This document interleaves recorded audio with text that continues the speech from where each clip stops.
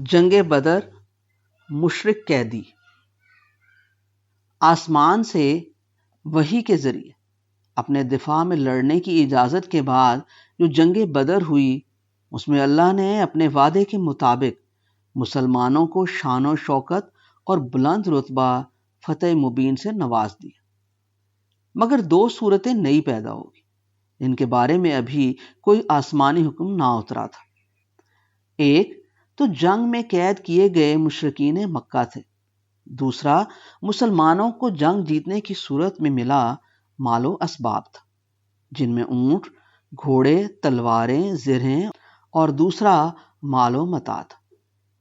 اب سوال پیدا ہوا ان کا کیا کیا جائے؟ جب تک کوئی حتمی آسمان سے فیصلہ نہ آ جاتا، آقا صلی اللہ علیہ وآلہ وسلم کا معمول تھا مشاورت۔ پہلے قیدیوں کے بارے میں رائے لی گئی۔ سیدنا ابوبکر رضی اللہ تعالی عنہ حلیم اور عفو و درگزر کرنے والی ہستی تھے۔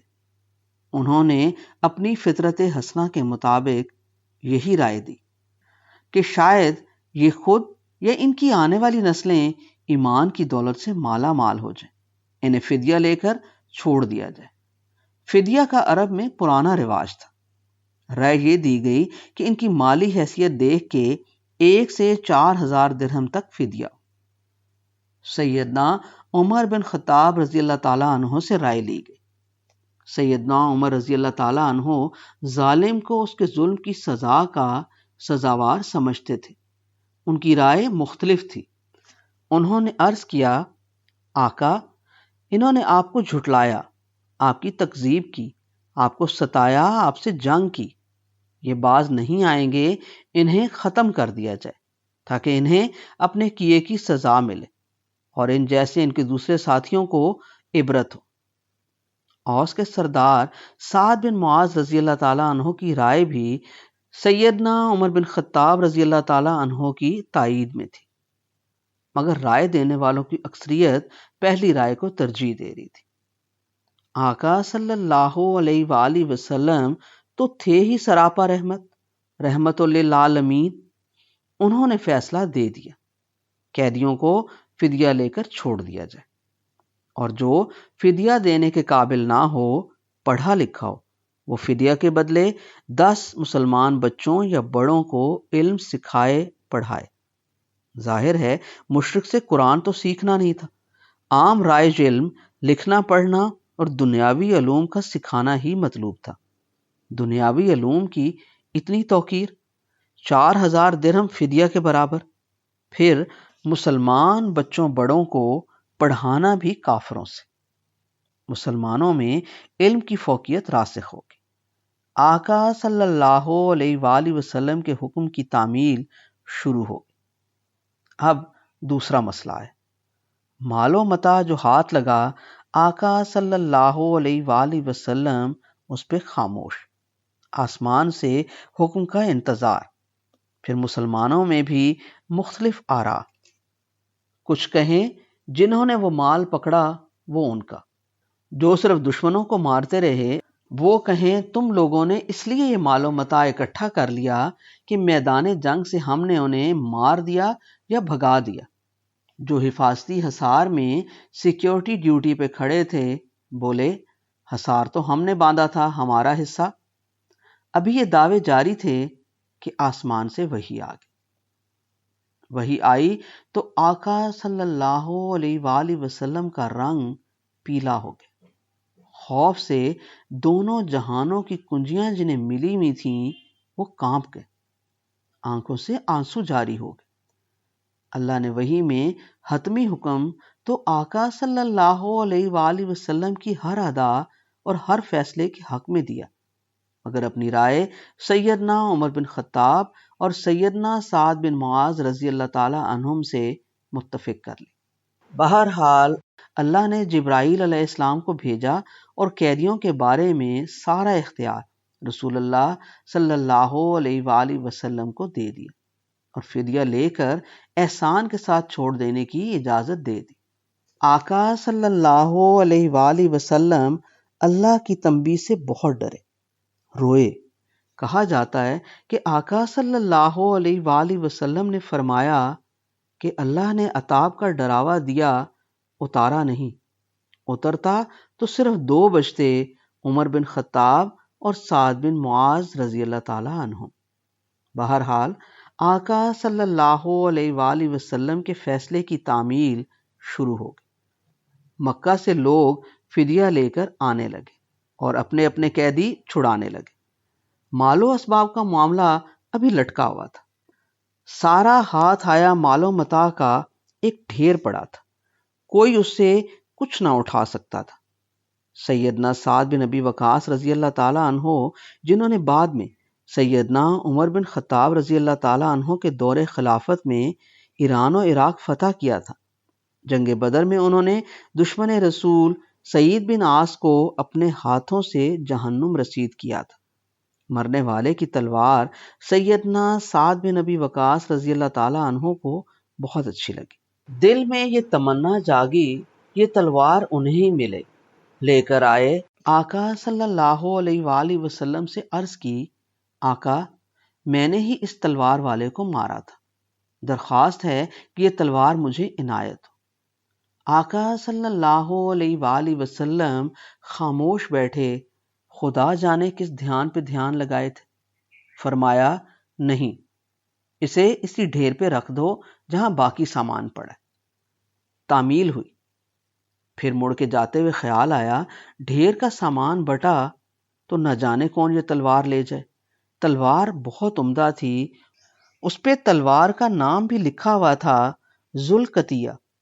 جاتے جاتے پھر ٹھہرے، مڑے، دوبارہ آقا صلی اللہ علیہ وآلہ وسلم کی خدمت میں آ کر وہی عرض کی۔ آقا صلی اللہ علیہ وآلہ وسلم کا پھر وہی جواب، وہیں ڈھیری پہ پڑی رہنے دو سے۔ سیدنا سعد بن ابی وقاص رضی اللہ تعالی عنہ سر جھکا کے مایوس چل پڑے۔ ابھی زیادہ دور نہ گئے تھے کہ آقا صلی اللہ علیہ وآلہ وسلم نے انہیں آواز دے کر بلایا۔ بھاگے آئے۔ آقا صلی اللہ علیہ وآلہ وسلم نے فرمایا، آسمان سے حکم آ گیا، پہلے یہ تلوار نہ میری تھی نہ مجھے اسے کسی کو دینے کا اختیار تھا، اس لیے میں نے تمہیں کہا تھا اس کو ڈھیر پہ رکھ دو۔ اب اللہ نے وحی کے ذریعے مجھے اختیار دے دیا ہے کہ جو چاہوں جسے مرضی دوں، لہٰذا اب میں یہ تلوار تمہیں دیتا۔ اللہ نے صاف صاف کہہ دیا تھا، یہ مال غنیمت کے بارے میں پوچھتے ہیں، کہہ دو یہ کسی کا مال نہیں سوائے اللہ اور اللہ کے رسول کے۔ القرآن۔ سب اختیار خدا نے رسول اللہ صلی اللہ علیہ وآلہ وسلم کو دے دیا۔ رسول اللہ صلی اللہ علیہ وآلہ وسلم نے انصاف سے بانٹ دی۔ وہ 8 صحابی جو مختلف ڈیوٹیوں پہ پیچھے بھیجے تھے، بشمول سیدنا عثمان بن عفان رضی اللہ تعالی عنہ کے، جنہیں اپنی شدید علیل صاحبزادی سیدہ رقیہ رضی اللہ تعالی عنہ کی تیمارداری کے لیے پیچھے چھوڑا تھا، جو آقا صلی اللہ علیہ وآلہ وسلم کی واپسی سے پہلے فوت ہو چکی تھی، انہیں بھی اس تبرک میں شامل کیا۔ ورنہ سیدنا عثمان بن عفان رضی اللہ تعالی عنہ تو سب مسلمانوں میں سب سے امیر کبیر تھے، کنویں یہودیوں سے خرید کے مسلمانوں کے لیے مدینے میں وقف کرتے تھے۔ آقا صلی اللہ علیہ وآلہ وسلم کے محبوب چچا سیدنا عباس بھی جنگی قیدیوں میں سے تھے۔ انہیں ایک انصاری کعب بن عمر ابو الیسر نے قیدی بنایا تھا۔ قیدیوں کے لیے طے یہ ہوا تھا کہ جن جن کے وہ قیدی ہیں وہ انہیں اپنے گھروں میں لے جائیں اور حسن سلوک سے پیش آئیں۔ اب چونکہ حکم ہو گیا تھا تو مسلمان حسن سلوک میں اس حد تک بڑھ گئے کہ خود کھجوریں کھا لیتے، روٹی قیدیوں کو کھلاتے۔ جن قیدیوں کے تن پہ کوئی کام کا کپڑا نہ ہوتا انہیں اپنے کپڑے پہنا دیتے۔ جن کے گھر بار نہ تھے یا چھوٹے تھے انہیں قیدیوں کو مسجد نبوی میں رکھنے کی اجازت تھی۔ سیدنا عباس کو بھی مسجد نبوی میں لا کے باندھ دیا گیا۔ مسجد نبوی کے ساتھ ہی منسلک آقا صلی اللہ علیہ وآلہ وسلم کا جھونپڑی نما کمرہ تھا، جس کی دیواریں کھجور کی ٹہنیوں پہ مٹی کا پوچا تھا۔ ذرا ذرا سی آہٹ دور سے اندر گھر میں سنائی دیتی۔ ایک رات قید کرنے والے نے سیدنا عباس کے ہاتھ رسی سے ذرا زور سے باندھ دی، ان کی آہ نکل گئی۔ آقا صلی اللہ علیہ وآلہ وسلم نے اپنے حجرے میں سن لیا۔ دکھ سے ساری رات نیند نہ آئی، مگر اپنے پیروکار سے کچھ نہ کہا۔ صبح سیدہ سودا رضی اللہ تعالی عنہا زوجہ رسول صلی اللہ علیہ وآلہ وسلم نے بھید کھول دیا۔ وہ مسلمان سہم گیا، فوراً سیدنا عباس کے ہاتھ ڈھیلے کیے۔ بنو نجار والے اکٹھے ہو کر آ گئے۔ انہیں علم ہوا جب آقا صلی اللہ علیہ وآلہ وسلم اس قدر اپنے چچا سے پیار کرتے، بولے آقا آپ کے چچا عباس ہمارے بھانجے تھے بھی وہ سیدنا عباس کی دادی سیدہ سلمہ سیدنا ہاشم کی بیوی اور سیدنا عبد المطلب کی والدہ کے قبیلے سے۔ بولے ہم انہیں فدیہ کے بغیر رہا کرنے پر تیار ہیں۔ آقا صلی اللہ علیہ وآلہ وسلم مسکرائے، فرمایا نہ یہ بہت امیر آدمی ہیں، فدیہ لیے بغیر نہ چھوڑنا۔ سیدنا عباس سن رہے تھے، بولے بھتیجے اس بار کاروبار ہلکا رہا، پیسے کم ہیں۔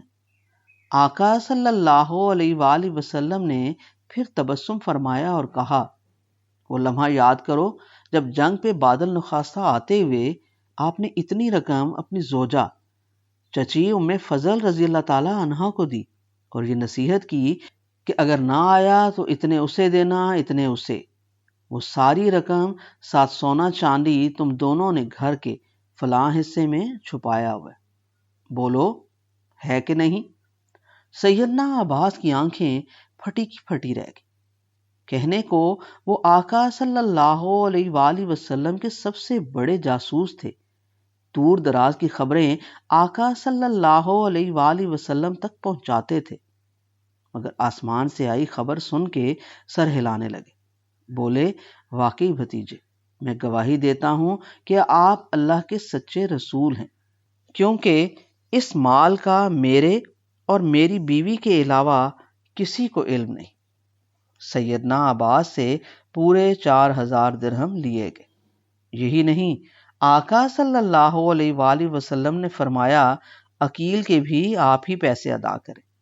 کیے، وہ تو جلد مدینہ آنا چاہتے تھے، مگر آقا صلی اللہ علیہ وآلہ وسلم کا حکم تھا کہ مکہ میں رہنے میں مصلحت ہے، تم نے ادھر ہی سے آگاہی بھیجنی ہے۔ بہرحال یہ طے کر لیا کہ ہجرت کی مدت اور علامت ختم سیدنا عباس پہ ہوگی۔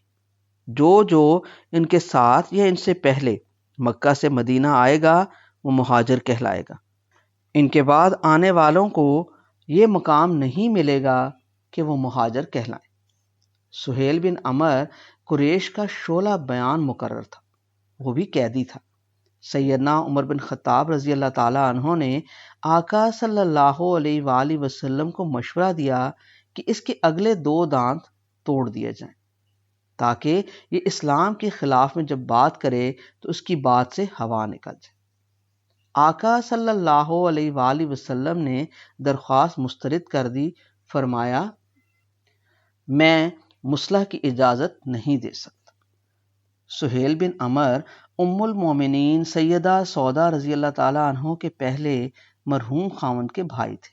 ایک بار سیدہ سودا رضی اللہ تعالی عنہ کی نظر سہیل پہ پڑی کہ کیسے سر جھکائے بندے ہاتھوں سے گٹھڑی سی بنا بیٹھا ہوا، بے ساختگی میں بولی تم نے عورتوں کی طرح مشقیں کسوا لی، لیکن یہ نہ ہو سکا کہ لڑکے مر ہی جاتے۔